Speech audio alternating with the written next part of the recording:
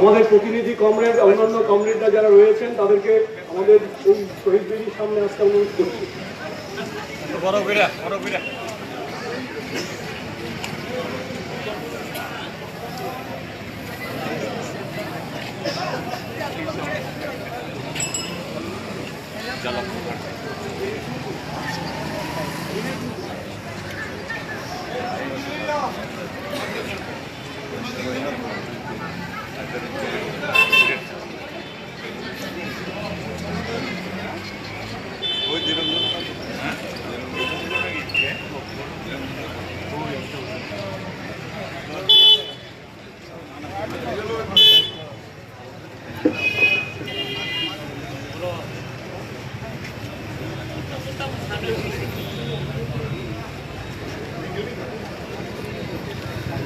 আপনার শুরু হয়ে গেছে।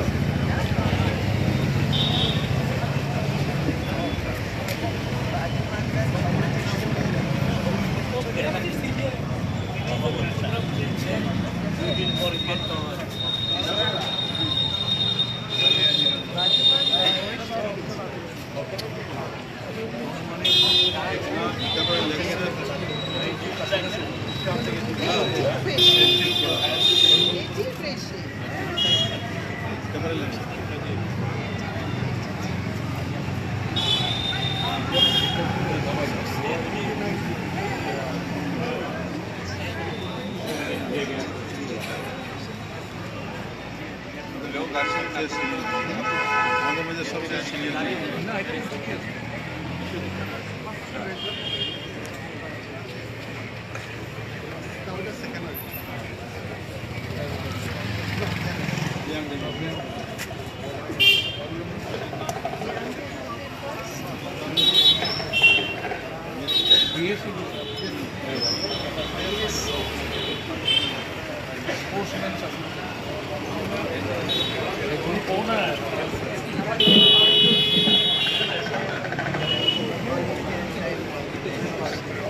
কমরেড, আমাদের ফ্ল্যাগ হোয়েস্টিং হওয়ার পর আমাদের শহীদদের শহীদ দিনটা আমরা ফুল দেব, তারপর আমাদের এখানকার যে কর্মসূচি আছে এখানে শেষ হবে। তারপর আমরা সবাই হলের ভেতরে ঢুকবো, সেখানে আমাদের যে অধিবেশন শুরু হবে, শুরুতে উদ্বোধনী যে অধিবেশন শুরু হবে সেখানে আমরা সবাই থাকবো। এখানে শুধুমাত্র প্রতিনিধিরা নয়, তার বাইরে অন্যরা যারা রয়েছে তারাও আমরা এখানে থাকতে পারবো।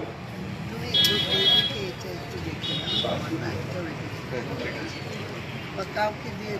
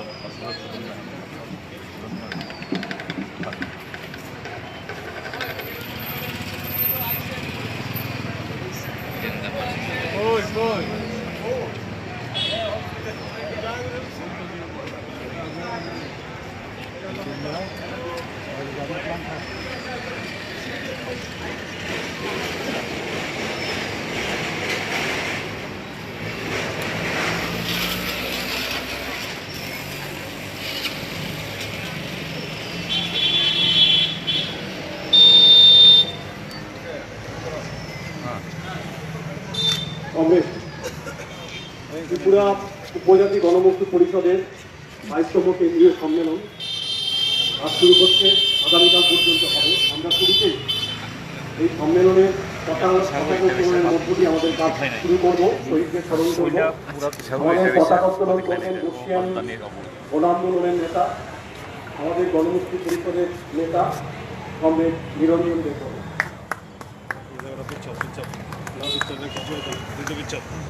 এদিকে পিছাও, ফ্ল্যাগ হোয়েস্টিং করতে আসে।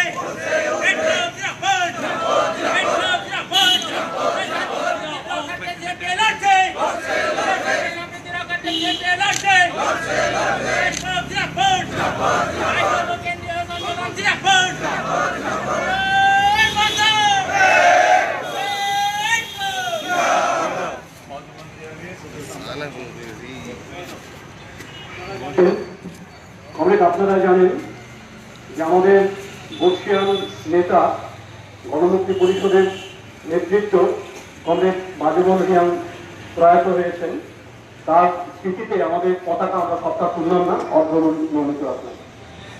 এখন শহীদদের স্মরণ করবেন, আমাদের শহীদ বিদিতে ফুল দিয়ে শ্রদ্ধা জানাবেন সংগঠনের সভাপতি কমরেড জিতেন চৌধুরী।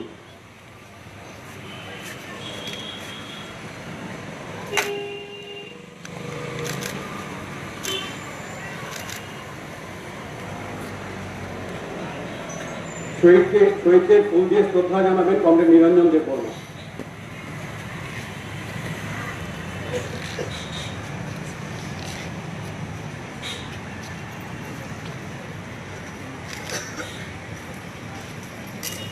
শ্রদ্ধা জানাবেন গণ আন্দোলনের অন্যতম নেত্রী তথা ভারতের কমিউনিস্ট পার্টি মার্ক্সবাদীর পলিট ব্যুরোর অন্যতম সদস্যা কমরেড বৃন্দা তারাক।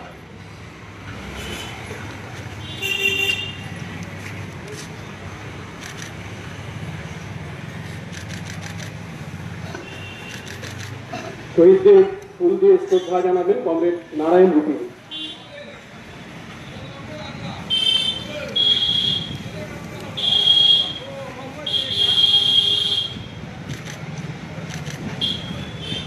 এখন শ্রদ্ধা জানাবেন কমরেড অভূপ দেববর্মা।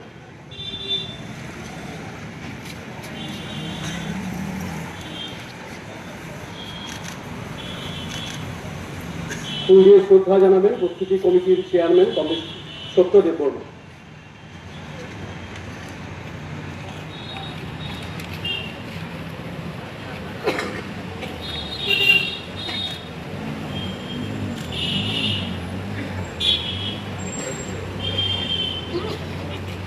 শ্রদ্ধা জানাবেন general secretary comrade Radhacharan Debbarma.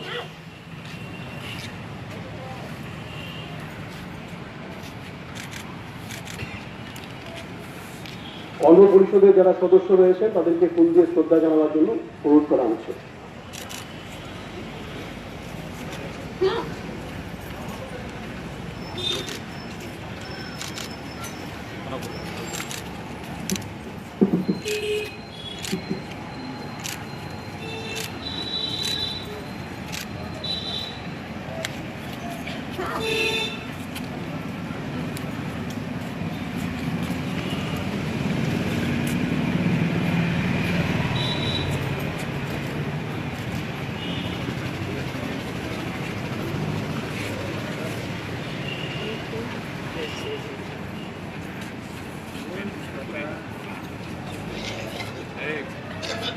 চলো ও না এখন শ্রদ্ধা জানাবেন সিআইটির পক্ষে কমরেড মানিককে।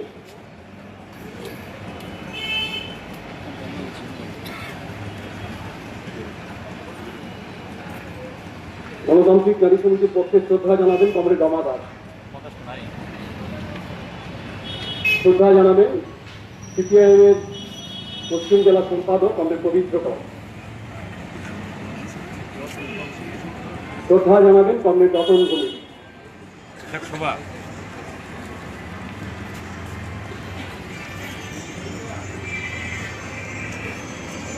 ডিওএফ এর পক্ষে যদি কেউ থাকেন অনুরোধ করবেন সভাপতি কমরেড পলাশ ভৌমিক। কৃষক সভার পক্ষে comrade Ratan Das.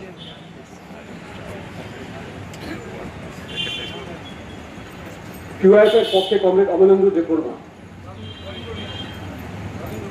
Comrade Rajendra Reang. SFI এর পক্ষে কমরেড সুলেমান আলী। এসএফআই এর পক্ষে কেউ একজন।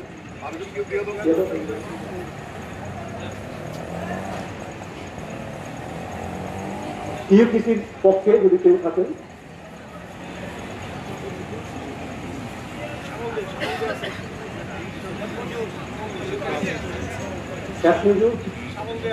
শ্যামল দে।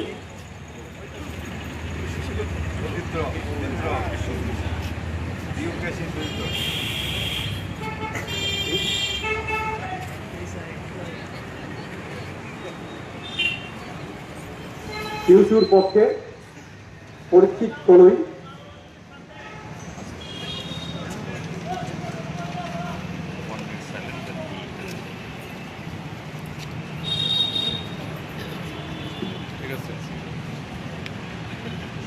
ঠিক আছে 1 মিনিট ছিলেন এখন কমরেড আমরা না শহীদদের স্মরণ করে কিছুক্ষণ নীরব থাকবো।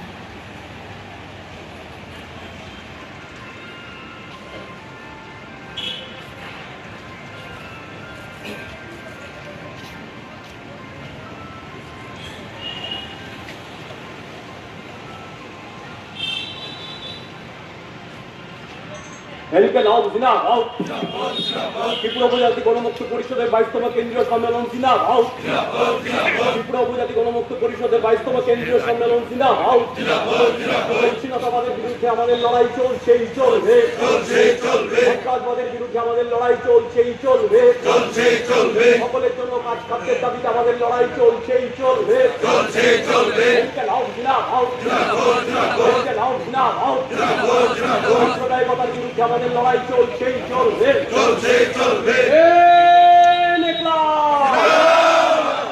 আমাদের বাইরের কর্মসূচি এখানেই শেষ। যারা এখানে এসছেন প্রতিনিধি যারা আছেন তারা তার বাইরে যারা আছেন সবাইকে হলের ভেতরে ঢোকার জন্য অনুরোধ করা হচ্ছে। कॉमरेड जितेंद्र चौधरी, हमारे इस रिसेप्शन कमेटी के आदरणीय chairperson doctor Satyaranjan Debbarma, vice chairperson Shri एस.के. डालौन जी, मंच पर उपस्थित हमारे जीएमपी के तथा तमाम वर्गीय और जन संगठनों के जुझारू नेतागण, हमारे त्रिपुरा जीएमपी के महासचिव कॉमरेड राधाचरण जी और इस सभा में उपस्थित मेरे बहुत ही प्रिय बहनों और भाइयों, जो बहुत कठिन परिस्थितियों में जीएमपी के झंडा को आगे लेकर जा रहे हैं, आप सबको हमारे प्रणाम, सलाम, नमस्कार, कुलमकार। मुझे बहुत ही दुख हुआ कि आज के दिन हमारे बीच में हमारे प्रिय कॉमरेड बाजूबन रियान नहीं रहे। आपने सुना जब कॉमरेड जितेंद्र चौधरी ने बताया कि उनका क्या रोल यहाँ त्रिपुरा में था, किंतु हमें जाने ना आपनारा जानें कि ना कि हमारे सारा भारतेर ट्राइबल आंदोलने और সেই ট্রাইবাল আন্দোলনে একটা সংগঠিত রূপ দেওয়ার যা ওনার ভূমিকা ছিল।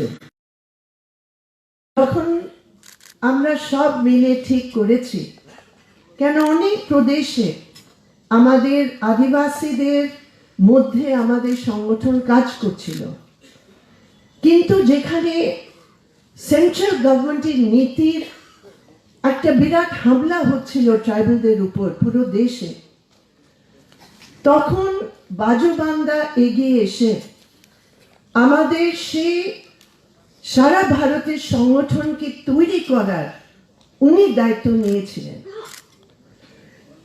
সেই সময় উনি ত্রিপুরা থেকে এমপি ছিলেন। পার্লামেন্টের মধ্যে আমারও সুযোগ ছিল, আমি সেই সময় পার্লামেন্টে ছিলাম যখন আমাদের এই ডিসকাশন হচ্ছিল কি সারা ভারতের সংগঠন আমরা তৈরি করব। তিনি তখন ফরেস্ট রাইটস অ্যাক্ট তৈরি করার জন্য যা বিল এনেছিল ইউপিএ সরকার, সেই সিলেক্ট কমিটিতে বাজুবান্দা ছিলেন, আমিও ছিলাম। আর আমি দেখেছি একটা কথা, আর সেটা দিয়ে অনেক কিছু শেখার ছিল ওনার রোলে। কেন নর্থ ইস্টের যা বিশেষ ট্রাইবালের যা প্রবলেমস ছিল, সেই কমিটিতে উনি খুব পরিষ্কারভাবে রাখতেন। বিশেষ করে যা ট্রেডিশনাল কালটিভেশন ছিল ট্রাইবালদের পুরো নর্থ ইস্টে, ঝুমিয়ার যা কাজ ছিল আর ঝুমিয়াদের যা সমস্যা ছিল, আমার মনে আছে কি সে সময় পুরো ব্যুরোক্র্যাটসরা এসে বলেছে না, এই কানুনে আমরা তাকে ইললিগাল করাবো। আর সেটা আপনারা ভাবতে পারেন কি সেই কানুন ট্রাইবালের রক্ষার জন্য আমরা একটা কানুনে ডিসকাস করছি, আর সেখানে যদি পুরো ঝুমিয়া কালটিভেশনকে ইললিগাল করা হবে তখন কি অবস্থা হতো।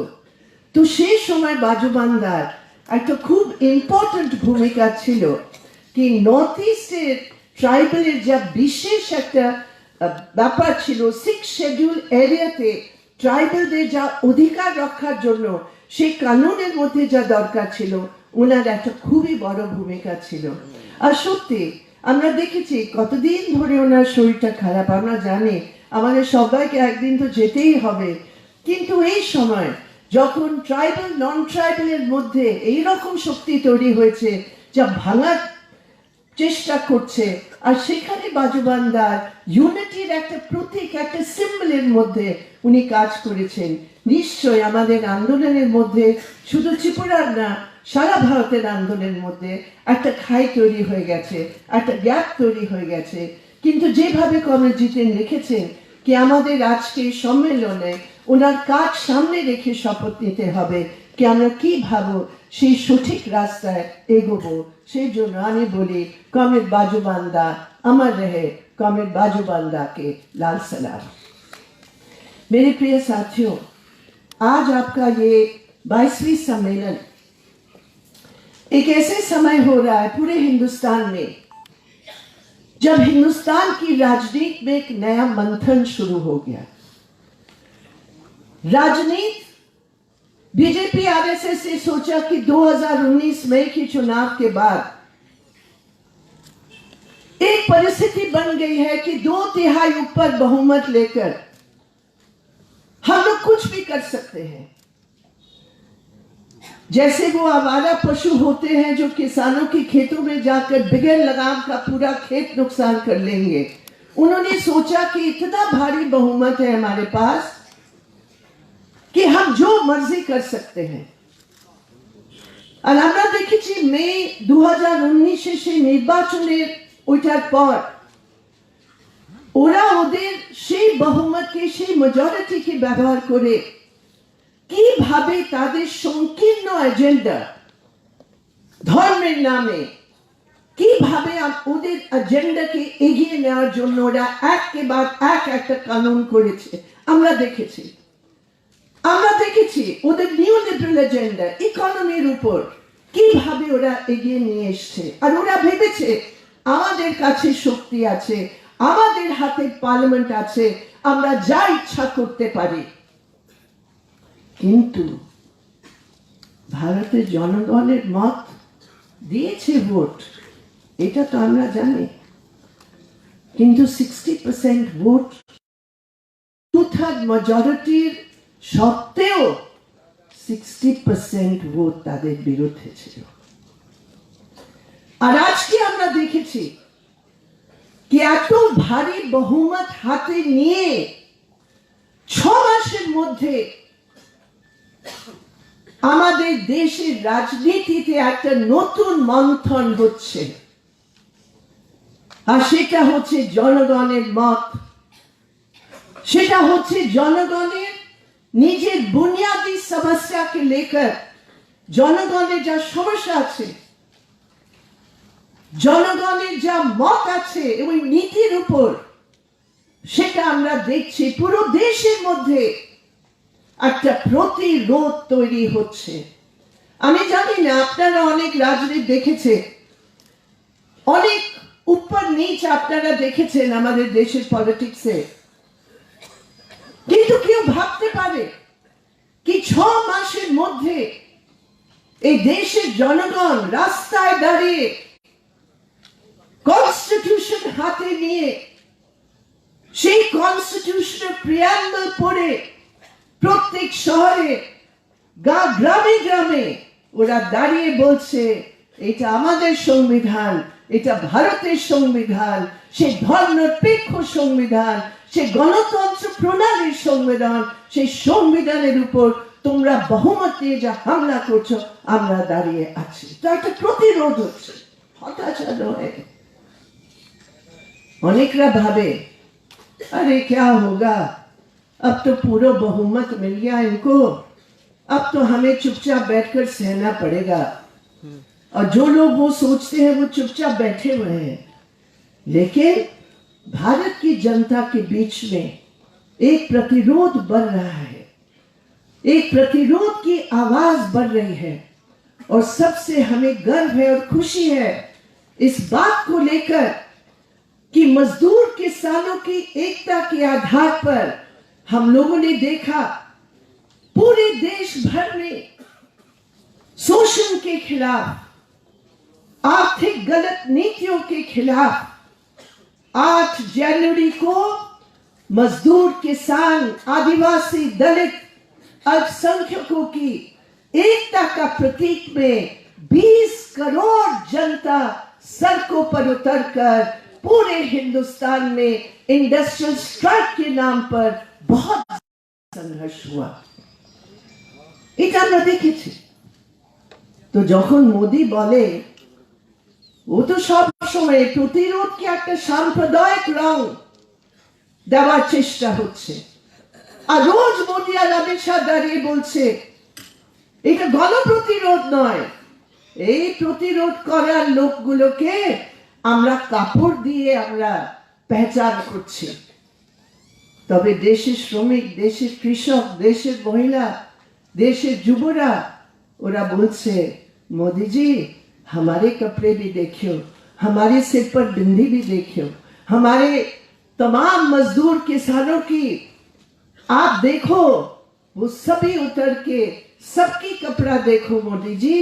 हिंदुस्तान की जनता विभिन्न वेश में, विभिन्न भाषा बोलकर, विभिन्न धर्म के लोग, अलग अलग जाति के लोग एक साथ मिलकर तुम्हारी नीति का विरोध कर रहे हैं। ये एक नई बात आज भारतवर्ष की राजनीति में जनता का प्रतिरोध भी सामने है।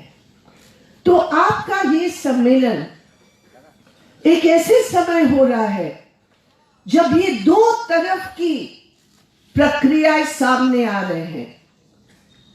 দুদিকে আমরা দেখছি একটা প্রক্রিয়া রাজনীতির মধ্যে, আর সেটা নিশ্চয় আমরা যারা আদিবাসীদের মধ্যে কাজ করছি, ট্রাইবালদের মধ্যে কাজ করছি, দলিতের মধ্যে কাজ করছি, আমাদের বুঝতে হবে যখন আমরা সংগঠিতভাবে আমাদের দেশের রাজনীতি বিশ্লেষণ করব কি একদিকে যেখানে মোদী সরকার আরএসএস কে নিয়ে, সংঘ পরিবারকে নিয়ে নিজেদের এজেন্ডা অর্থনৈতিক দিকে, রাজনৈতিক দিকে, সামাজিক দিকে, সাংস্কৃতিক দিকে একদিকে ওরা হামলা করছে, ঠিক সেই সময় আর একটা প্রক্রিয়া হচ্ছে কি মানুষের বিরোধ, মানুষের প্রতিরোধ সেটাও বাড়ছে। আমাদের দুটো দিকে দেখতে হবে।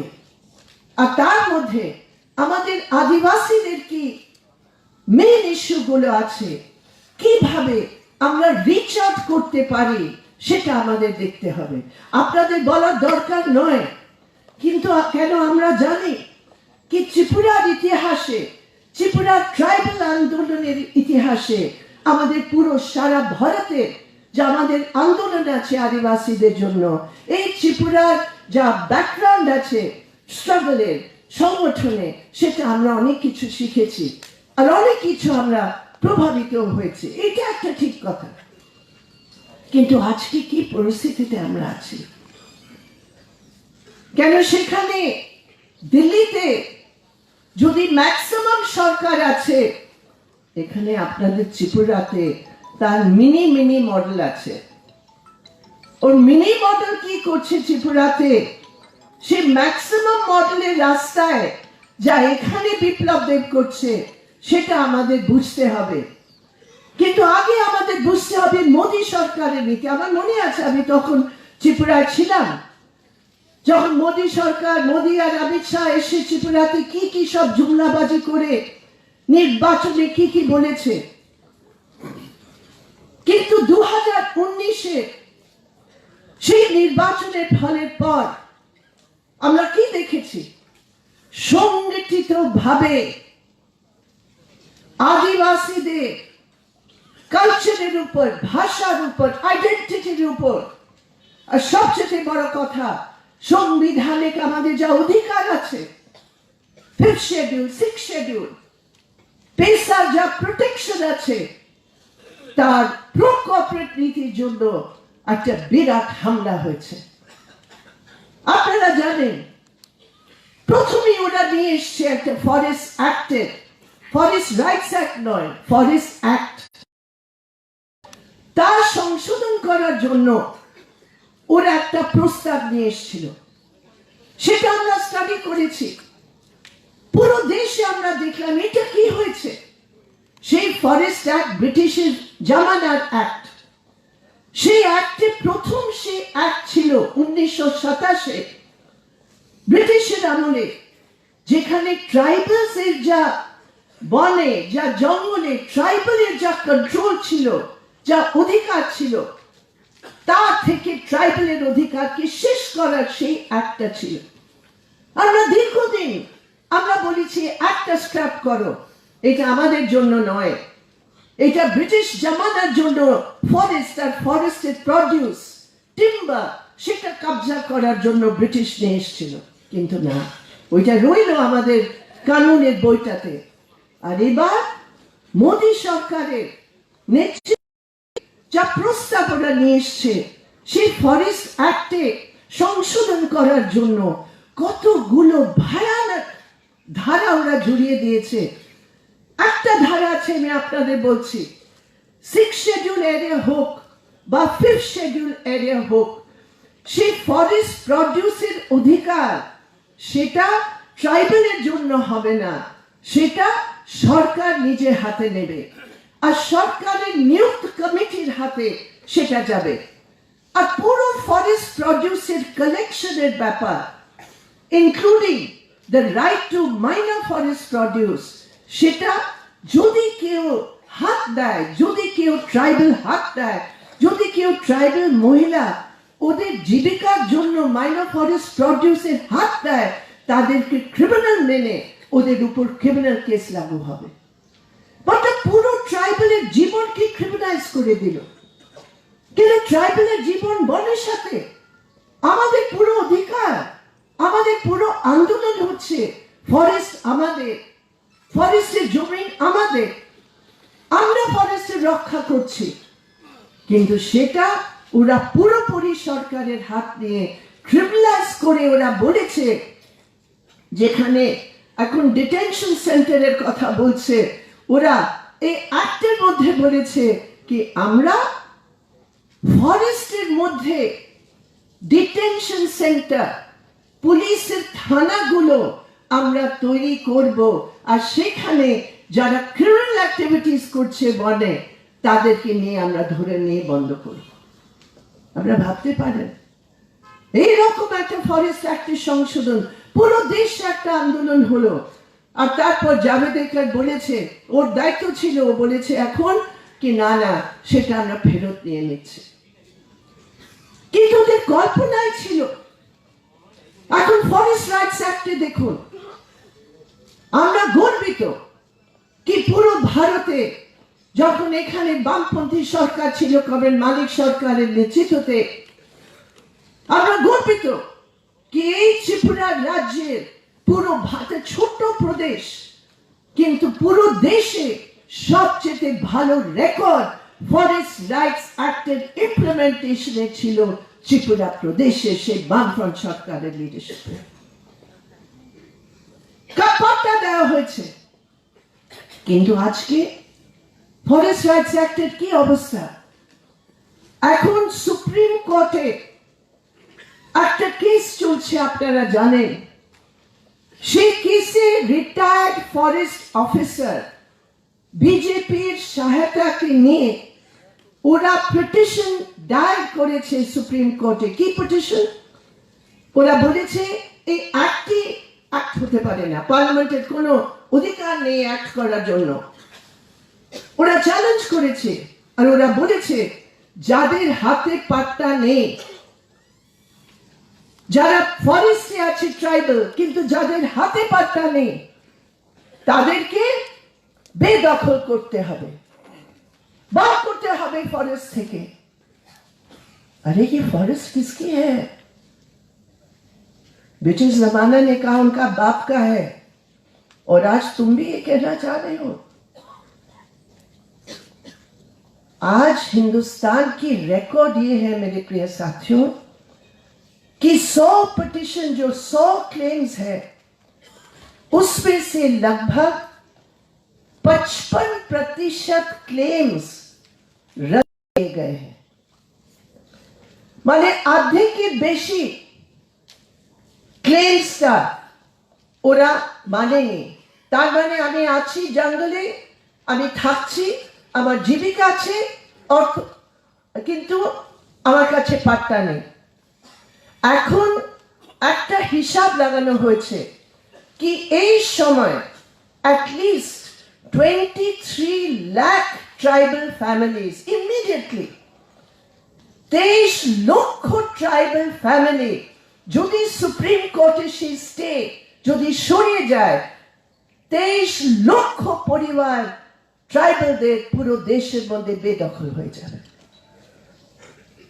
আর সেই কেসে বিজেপি যা সবচেয়ে বড় উকিলগুলো যা সরকারের আছে, সলিসিটর জেনারেল, অ্যাডভোকেট জেনারেল, প্রত্যেক কেসে ওরা সামিল হচ্ছে।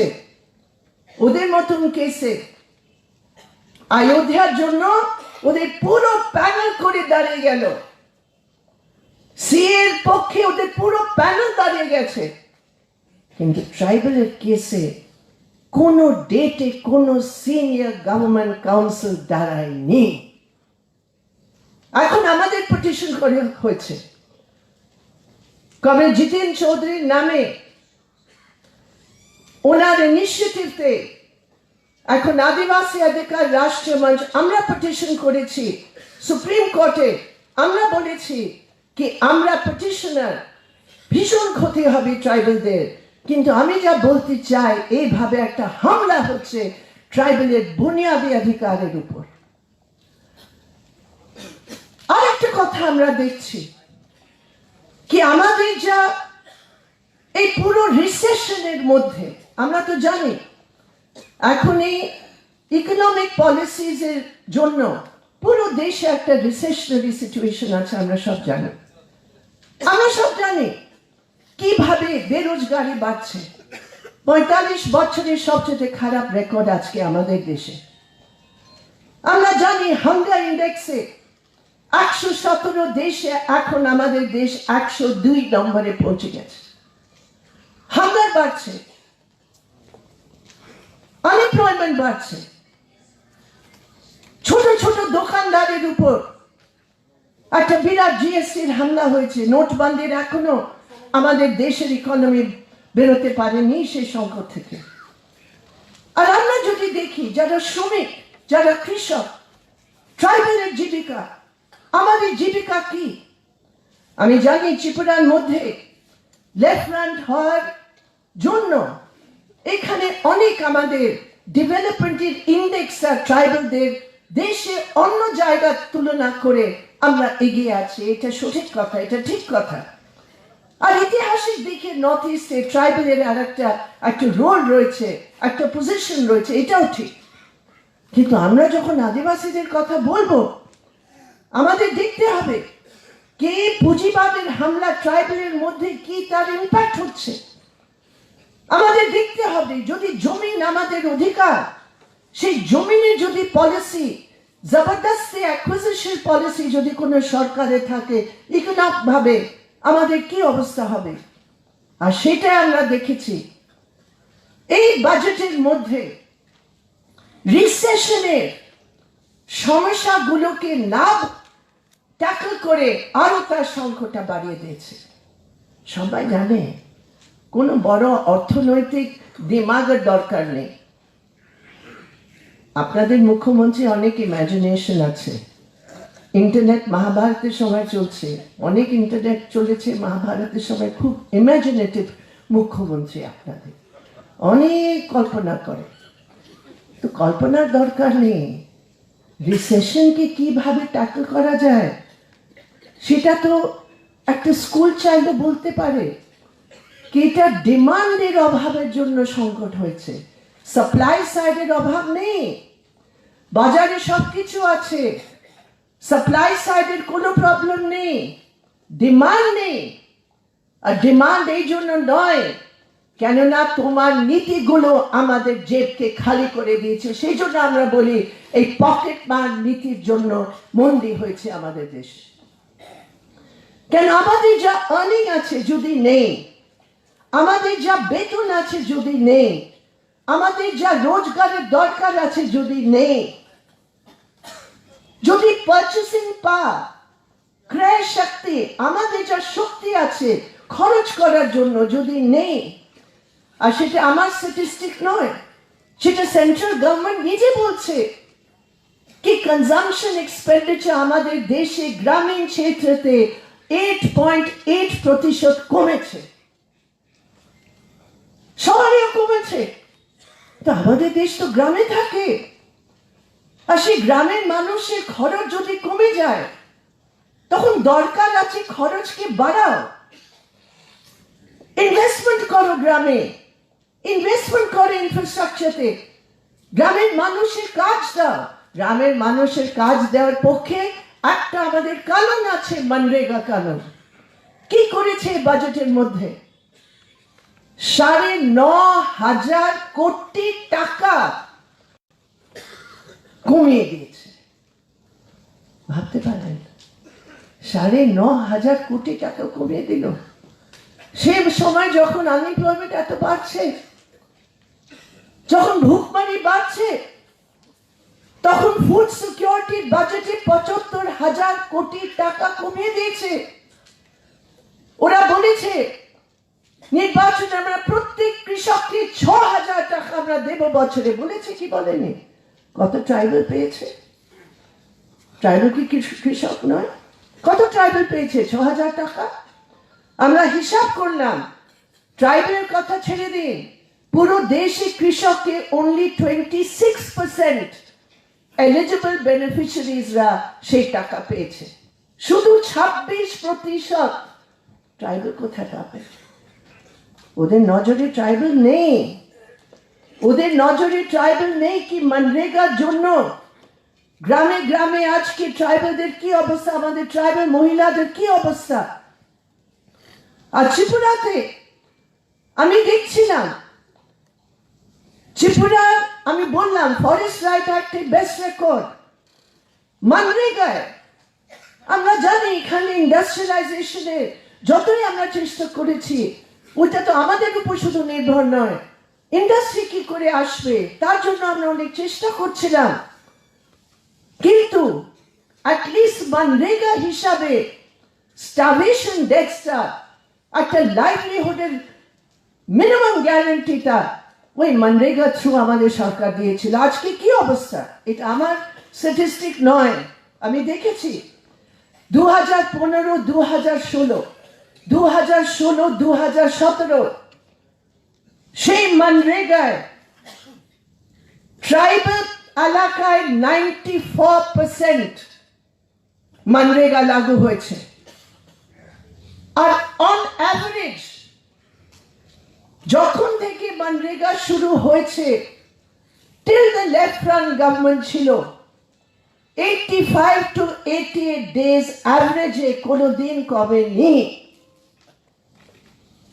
এটা হচ্ছে, আমি একটা দেখলাম কি 2015-2016 100 দিনের কত লোক পেয়েছে। এই ত্রিপুরার মধ্যে 3 লক্ষ পরিবার 100 দিনের কাজ পেল। আর আজকে কি অবস্থা? যখন ওরা এসছে 30 to 33 days, গত বছর ওদের নিজের ওয়েবসাইটে বলেছে 50 days, কিন্তু কত পরিবার? আমি আপনাকে বললাম আমাদের সময় 3 লাখ উপর পরিবার 100 দিন কাজ পেয়েছে, মানে পুরো কানুনের সুবিধা পেয়েছে। তা সত্ত্বেও কি ওরা আমাদের টাকা দিত না? যার জন্য মানিক সরকারকে দিল্লিতে বসে হাঙ্গার স্ট্রাইক করতে হলো কি ত্রিপুরার অংশটা কেন তোমরা দিচ্ছ না। কিন্তু আজকে কত পরিবার পেয়েছে 100 দিন?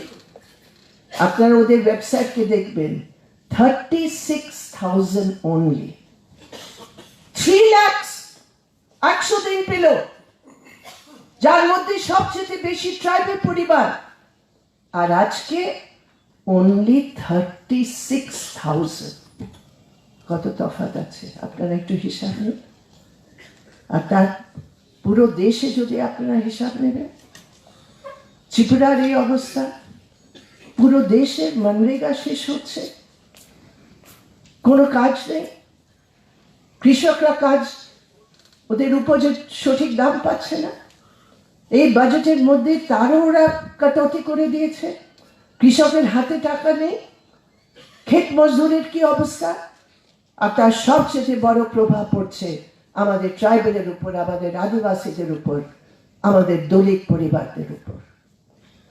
আর সেই জন্য আমরা বলছি, এই যা নিউ লিবারেল পলিসিস এর নতুন যা রূপ আমরা দেখছি, একটা অ্যাগ্রেসিভ রূপ। আমরা জানি কংগ্রেসের আমলে কি হতো, ভালো করে জানি, আমরা জানি পুরো নীতিগুলো কংগ্রেসের সময় শুরু হয়েছে। কিন্তু কংগ্রেসরা যারা করতে চেয়েছে না, করতে পারেনি, ওদের এত বহুমত ছিল না। কিন্তু আজ কি খোলা রূপে ভারতীয় জনতা পার্টি সেই বড় বহুমতকে ইকোনমিক সেক্টরে গরিবের লুট করে, গরিবের উপর অত্যাচার করে, ট্রাইবেলের অধিকারকে উপর অত্যাচার করে ওরা বড় বড় কর্পোরেটসের হেল্প করছে। এটা আমাদের জন্য সবচেয়ে বড় চ্যালেঞ্জ। আপনারা জানেন ঝাড়খণ্ডে কি হলো, আপনারা দেখেছেন কত টাকা ওরা খরচ করেছে নির্বাচনে। কিন্তু ঝাড়খণ্ডে 28 ট্রাইবাল সিটসে, যেখানে 5 বছর আগে বিজেপির পুরো মেজরিটি ছিল, এবার ট্রাইবালসরা দাঁড়িয়ে বলেছে, যারা আমাদের সান্থাল পরগনার জমিনের রক্ষার কানুন শেষ করতে পারে, যা বিজেপি করলো, যারা ছোটা নাগপুর অ্যাক্টের ট্রাইবেলের জমিনের রক্ষা করার জন্য যা কানুন ছিল সেটা শেষ করার সংশোধন নিয়ে এসেছিল, ট্রাইবেল তার বিরুদ্ধে লড়াই করেছে। ট্রাইবেল বলেছে, বাবা ভোট নেই, আমাদের উপর ঝামেলা, আমাদের উপর অত্যাচার, আর আজকে আমাদের ভোট আমরা দেব না। 28 সিটের মধ্যে 26 সিট বিজেপি হারিয়ে দিল। এটা হচ্ছে মানুষের। কি হলো দিল্লি নির্বাচনে, কত ওরা চেষ্টা করেছে, বিপ্লব দেবও পৌঁছে গেল। ত্রিপুরায় কি করছে না করছে, গলি গলি গিয়ে কি বলছে আমি জানি না। दिल्ली गए बोले थे, अरे ये अरविंद केजरीवाल खड़गपुर में पढ़ा था, इसलिए जरूर कम्युनिस्ट होगा भैया, इसको वोट मत दो। दिल्ली की जनता ने डबल वोट दे दिया।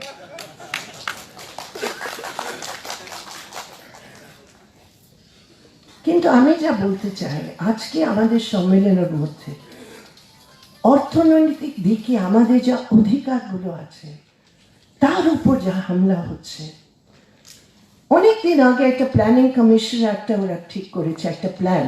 এরা তো এখন প্ল্যান সব শেষ করে দিয়েছে, সেটা আলাদা কথা, কিন্তু তবুও রয়েছে কি আমাদের জন্য আমাদের যা পপুলেশন আছে সেই পপুলেশনের হিসাবে আমাদের বাজেটের অ্যালোকেশন হওয়া দরকার। পরিষ্কার কথা, কনস্টিটিউশনাল ফর্মেটিভ অ্যাকশন আমাদের অধিকার আছে।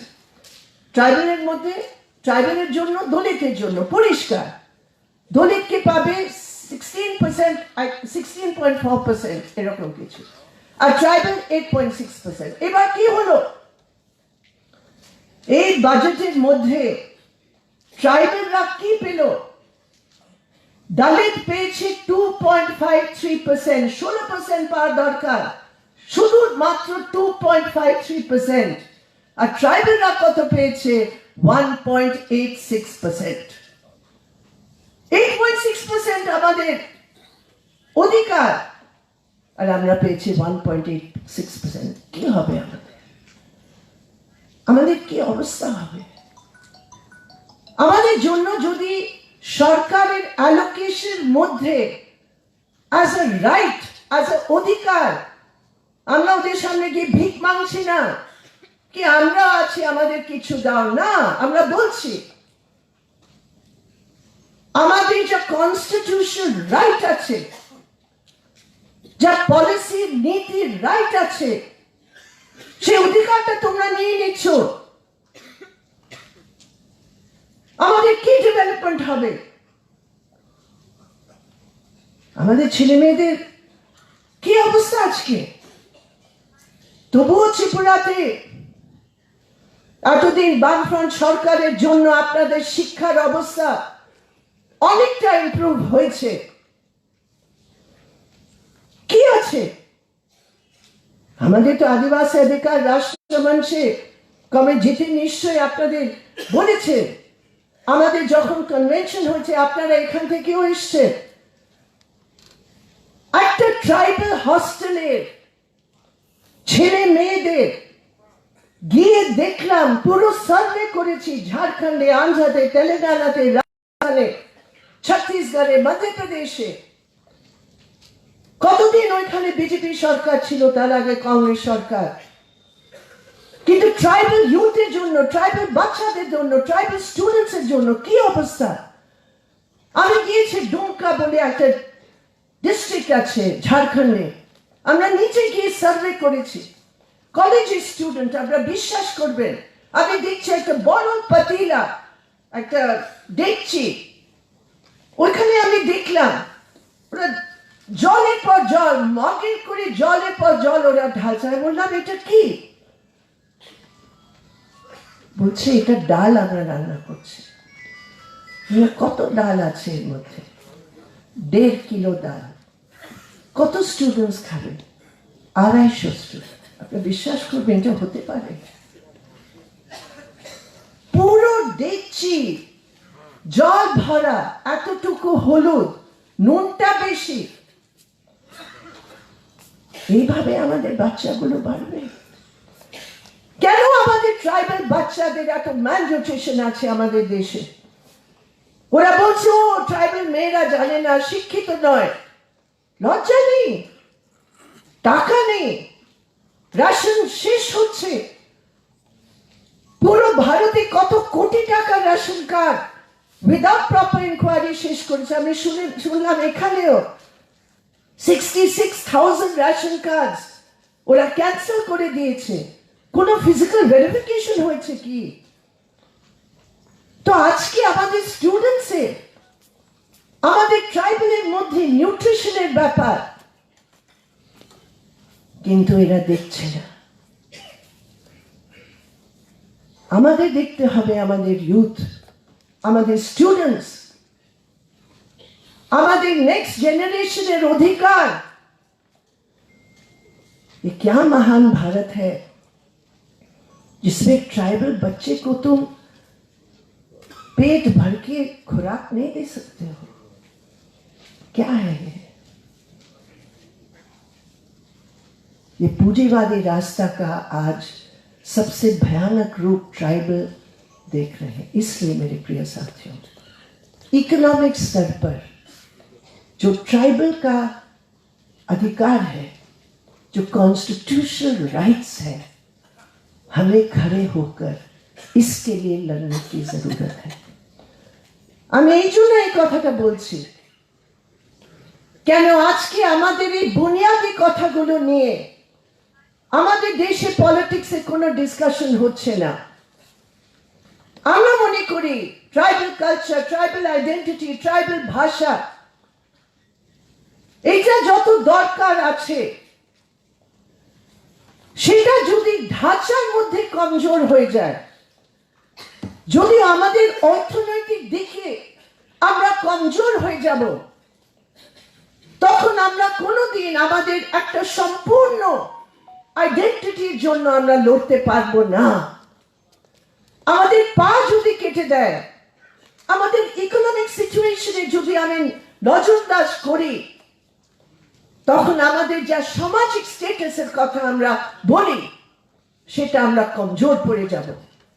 আর সেটাই ওদের পুরো চেষ্টা, কি এই যে আমাদের জমিনের ব্যাপার, শিক্ষার ব্যাপার, স্বাস্থ্যের ব্যাপার, ইকোনমিক রাইটস এর ব্যাপার, আমাদের আন্দোলন, পুরো দেশের মধ্যে আদিবাসীদের আন্দোলন দুদিকে সবসময় রয়েছে। একদিকে রয়েছে আমাদের অর্থনৈতিক অধিকার, আরেক দিকে রয়েছে আমাদের আইডেন্টিটি, আমাদের ভাষা, আমাদের কালচার। এই দুটো দিক দিয়ে আমরা সব সময় এগিয়েছি, কিন্তু আজকে আমরা একটা খুব ডিস্টার্বিং একটা ট্রেন্ড আমরা দেখছি, কি অর্থনৈতিক দিকে তথাকথিত ট্রাইবাল লিডার্সরা যারা বিজেপির সাথে হাত মিলিয়ে আছে, ওইটা নিয়ে ওরা একটা কথা বলবে না। যত বিজেপি এমপিস আছে আজকে আমাদের দেশে, একটা কথা ওরা তুলেছে এই বাজেটের উপর? একবার ওরা কথা বলেছে মনরেগার প্রভাব সবচেয়ে বেশি ট্রাইবেলের উপর পড়বে? একবার ওরা বলেছে শিক্ষা তোমরা যা কটৌতি করছো আমাদের ট্রাইবাল স্টুডেন্টস এর কি হবে, তাদের জন্য তোমরা কি করছো? একবার বলেছে না। কিন্তু ওরা সব সময় একটা বিভাজিত পলিটিক্স নিয়ে ট্রাইবেলের মধ্যে হস্তক্ষেপ করার চেষ্টা করছে। আমাদের বুঝতে হবে কেন আমাদের মধ্যেও একটা সেন্টিমেন্ট নিয়ে, একটা ইমোশন নিয়ে একটা অংশ, বিশেষ করে আমাদের যুব যুবতীদের মধ্যে একটা প্রভাব ওরা করার চেষ্টা করছে। আমাদের বুঝতে হবে সংগ্রামের আলাদা আলাদা যা দিক আছে, এটা বিজেপির চক্রান্ত কিভাবে ওরা করছে আমাদের বুঝতে হবে। আমার প্রিয় কংগ্রেসরা, এই সিএ এটা কি একটা পুরো নর্থ ইস্টের ব্যাপারে আমাদের যারা বাম আন্দোলনে যারা নেতৃত্ব করছে, যারা আমাদের প্রতিনিধিতা পার্লামেন্টে করছে, ওরা বলেছে নর্থ ইস্টের ঐতিহাসিক দিকে একটা আলাদা ব্যাপার। সেই জন্য পুরো ঘটনার গুঁড়ো থেকে নর্থ ইস্টকে আমরা অন্য দৃষ্টিতে আমাদের দেখতে হবে, এটা পরিষ্কার। কিন্তু নর্থ ইস্ট হোক বা ভারতের অন্য অংশ হোক, আমরা এটা দেখছি কি ধর্মের সাথে আমাদের নাগরিকতা জুড়িয়ে এই পুরো দেশের ঢাঁচাকে ওরা পাল্টাবার চেষ্টা করছে। আর বিশেষ করে নর্থ ইস্টের মধ্যে তার যা প্রভাব পড়বে, ত্রিপুরায় কম পড়তে পারে, কিন্তু বিশেষ করে আসামের মধ্যে যা তার প্রভাব পড়বে कि असम में अकॉर्डे যা সমঝোতা হয়েছে 1971 কাট অফ ডেটের, সেই অ্যাকর্ডে কখনো ধর্মের নাম ছিল না, নেভার। কিন্তু এই বিজেপি আরএসএস বিভাজিত করার নীতিকে নিয়ে ওরা ধর্মকে, নাগরিকতার আধারকে পাল্টাবার ওরা চেষ্টা করছে। আর সেই জন্য আমরা বলি নর্থ ইস্টে হোক বা ভারতবর্ষে অন্য জায়গায় হোক, আমরা ধর্মের ভিত্তিতে নাগরিকতাকে আমরা কোনোদিন মানতে পারি না। আর এই জন্য আমাদের আলাদা দৃষ্টিভঙ্গি আমাদের যা আছে, ট্রাইবেলের অধিকার নর্থ ইস্টের মধ্যে, ট্রাইবেলের জমিনের রক্ষার জন্য নর্থ ইস্টের মধ্যে, ওইটা সামনে রেখে, কিন্তু ধর্মের আধার, ধর্মের ভিত্তি হতে পারে না, এই দুটো জিনিস রেখে আমাদের জিএমপি থেকে, জিএমপির নামে, কারণ যেতে নিশ্চয়ই রিপোর্ট করবেন, আপনাদের একটা পিটিশন আছে সুপ্রিম কোর্টে সিএর বিরুদ্ধে। আমার মনে হয় এটা খুব একটা জরুরি জিনিস, কেন আমাদের যা পুরো নীতি আছে এই ব্যাপারে আমরা সেটা রাখার চেষ্টা করেছি। আমাদের বুঝতে হবে আজকে আমাদের দেশের সংবিধানের উপর, আমি পরিষ্কার বলি, এটা কি আমরা বলি কি সংবিধানে সবকিছু দারুণ আছে? না, আমরা বলি রাইট টু ওয়ার্ক নেই আমাদের সংবিধানে। এই যে অসমানতা পুঁজিবাদের ঢাঁচার মধ্যে বাড়ছে, সেটা আমাদের সংবিধান তার অধিকার দেয়। আমরা অনেকবার বলেছি, আমাদের আলোচনা হচ্ছে এই সংবিধানের মধ্যে পুঁজিবাদের শোষণে যা অধিকার দেওয়া হয় তার উপর আমরা ডিসকাস করতে পারি, তার উপর আমরা কি সংশোধন নিয়ে আসতে পারি। ধরুন রিজার্ভেশনের ব্যাপারে আজকে ওরা বলছে রিজার্ভেশন আমাদের কনস্টিটিউশনাল রাইট নয়, প্রমোশন রিজার্ভেশন আমাদের কনস্টিটিউশনাল রাইট নয়।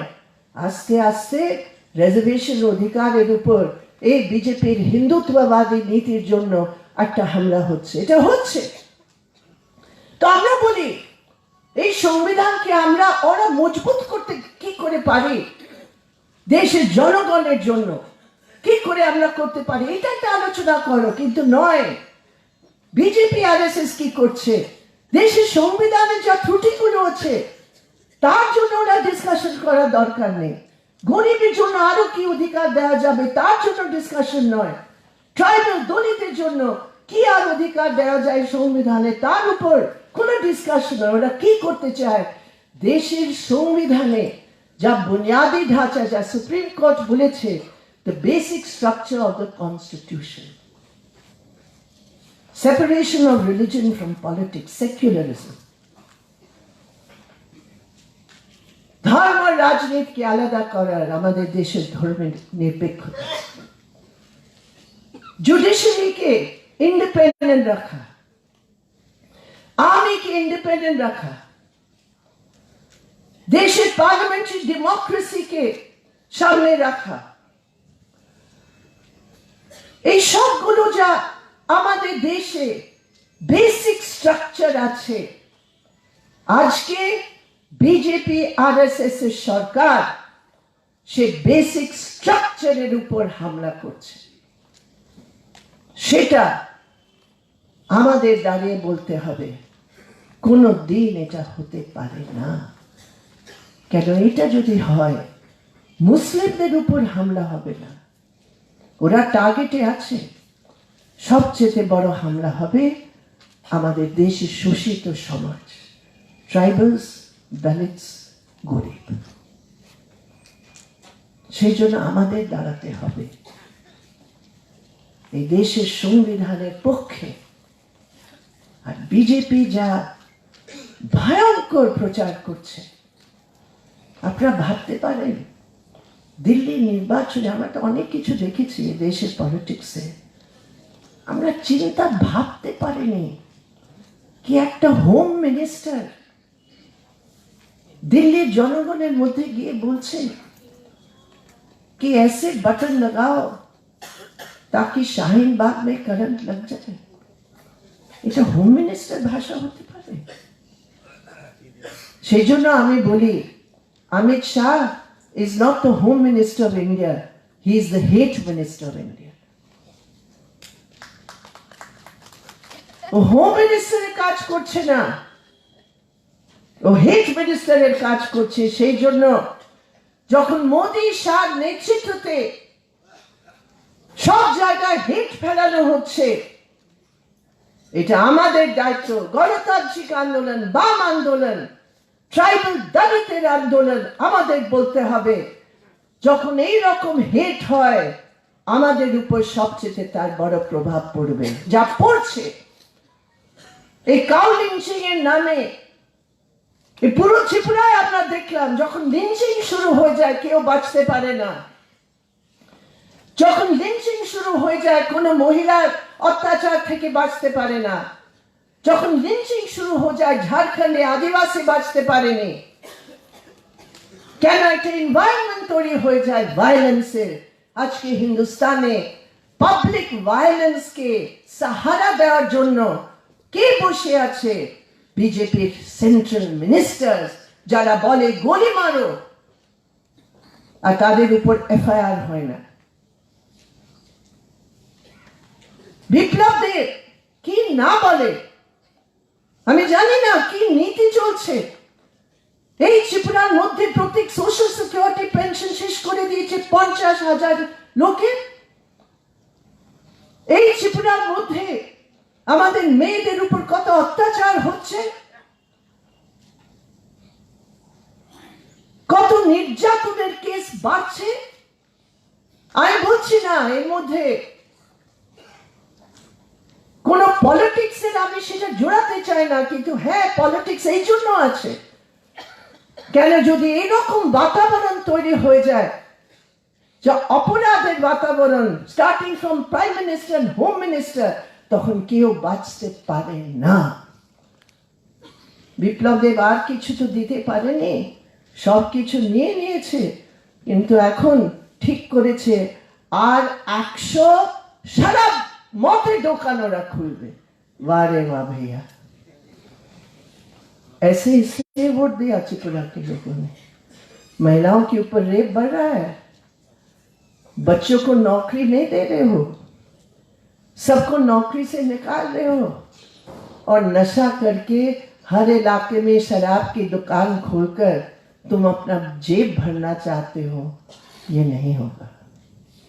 এই জন্য আজকের এই সম্মেলনে এই দুদিকের যা একটা অ্যাটাক আসছে, অর্থনৈতিক আর সামাজিক, আর বিশেষ করে ট্রাইবাল অধিকারের, কনস্টিটিউশনাল রাইটসের উপর যা অধিকার আছে, হচ্ছে হামলা হচ্ছে, আর অন্যদিকে যেখানে পুরো ভারতবর্ষের সংগ্রাম বাড়ছে, এটা আমাদের এই দুদিকে বুঝে নিয়ে আমাদের রাস্তা তৈরি করতে হবে।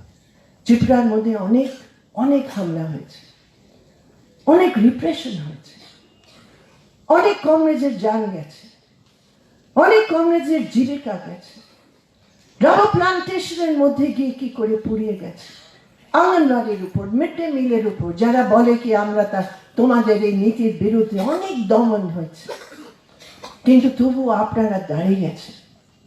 আমরা কত গর্বিত।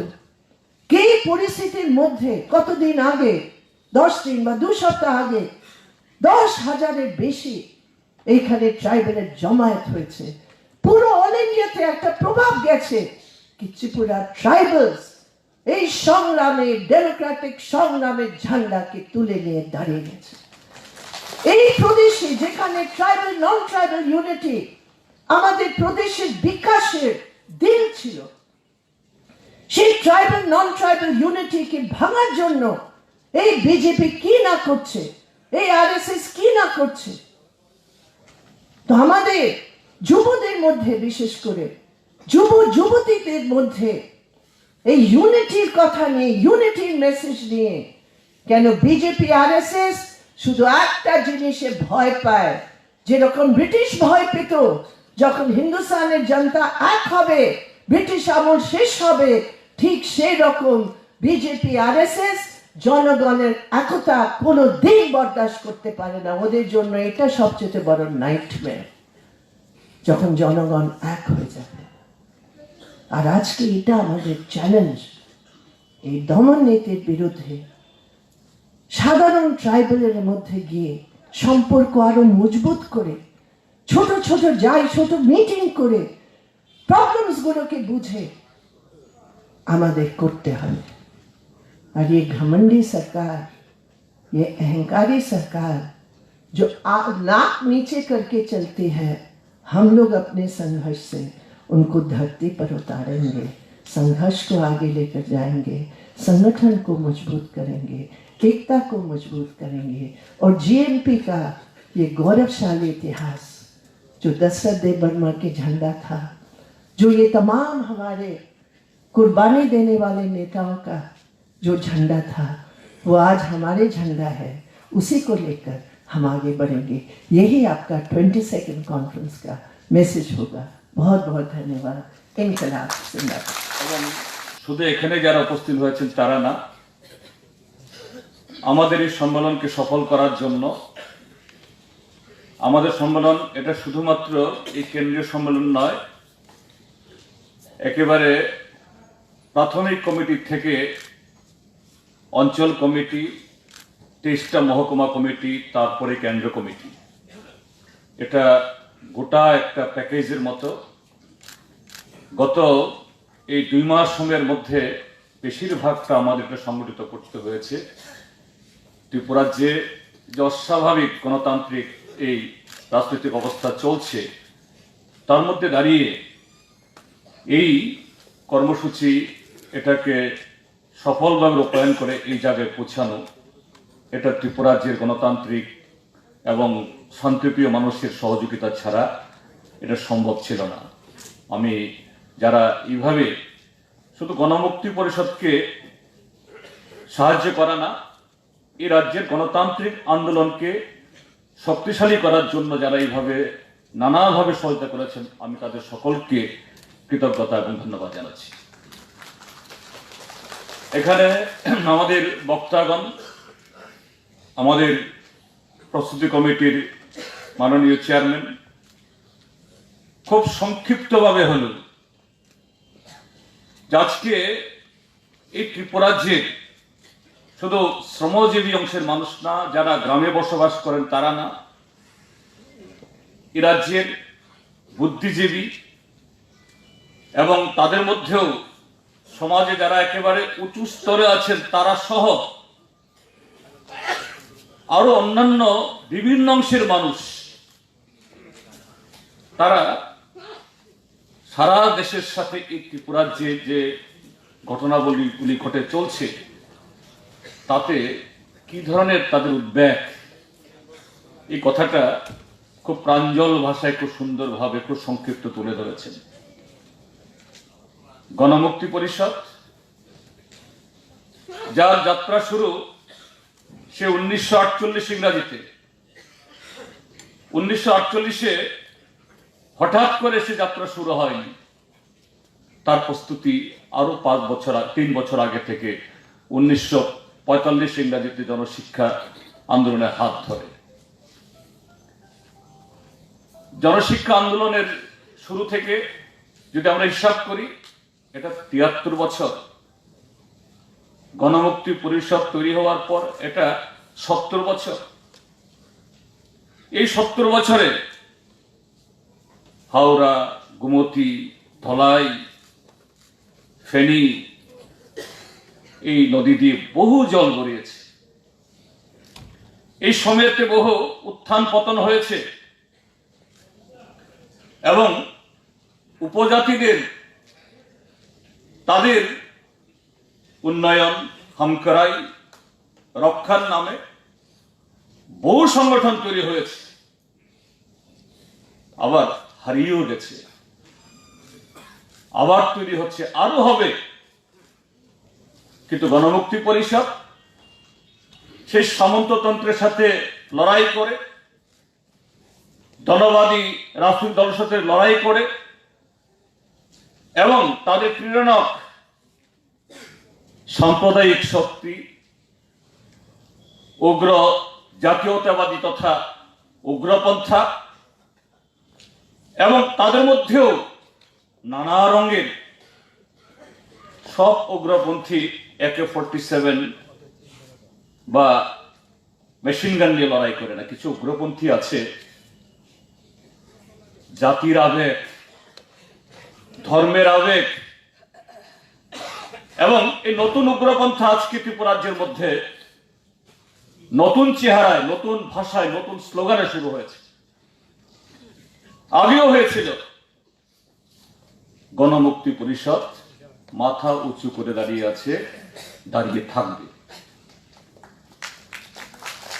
আজকে সারা দেশের মধ্যে শ্রমজীবী মানুষ, তার মধ্যেও যারা আমরা প্রান্তিক জনগোষ্ঠীর অংশের মানুষ, যাদেরকে আদিবাসী, ইন্ডিজেনাস পিপল, শিডিউল্ড ট্রাইব বা উপজাতি, জনজাতি, যাই বলা হোক না কেন,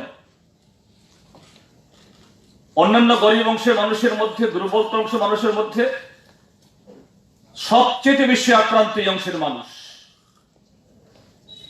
এবং কেন্দ্রে মোদী সরকার আসার পর, বিজেপি সরকার আসার পর এই আক্রমণ আরো বহুগুণে বেড়েছে।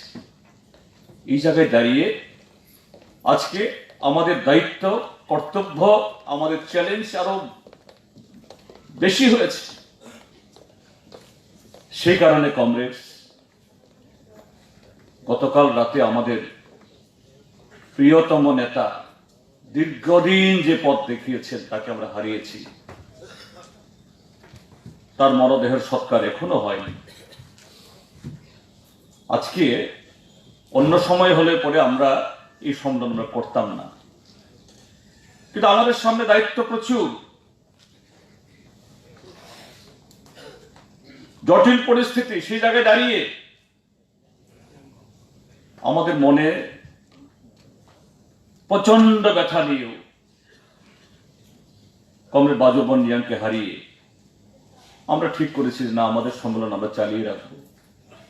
কেননা বাজুদার স্বপ্ন তাই যে এই ত্রিপুরাজ্যের অন্যান্য অংশের মানুষের সাথে এই প্রান্তিক জনগোষ্ঠী, দুর্বল অংশের মানুষ, তাদের জাতীয় সত্তা বিকাশের লড়াই, 1978 সালের পর থেকে বামপন্থী ফ্রন্ট সরকারের হাত ধরে রাজ্য সরকার এবং সহায়ত জেলা পরিষদে নিশ্চয়ই আমরা গর্ব করে বলতে পারি আমরা অনেক কিছু আমরা করেছি। আজকে যদি বামপন্থী ফ্রন্ট সরকার তৈরি না হতো, এই ককবরক কবি হারিয়ে যেত।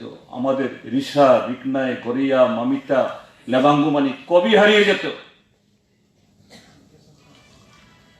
লাল ঝান্ডা, গণমুক্তি পরিষদ এবং বামপন্থী আন্দোলন আজকে আমাদের এই জায়গায় দাঁড়িয়েছে। কিন্তু আমাদের অনেক দূর আরো এগোতে হবে।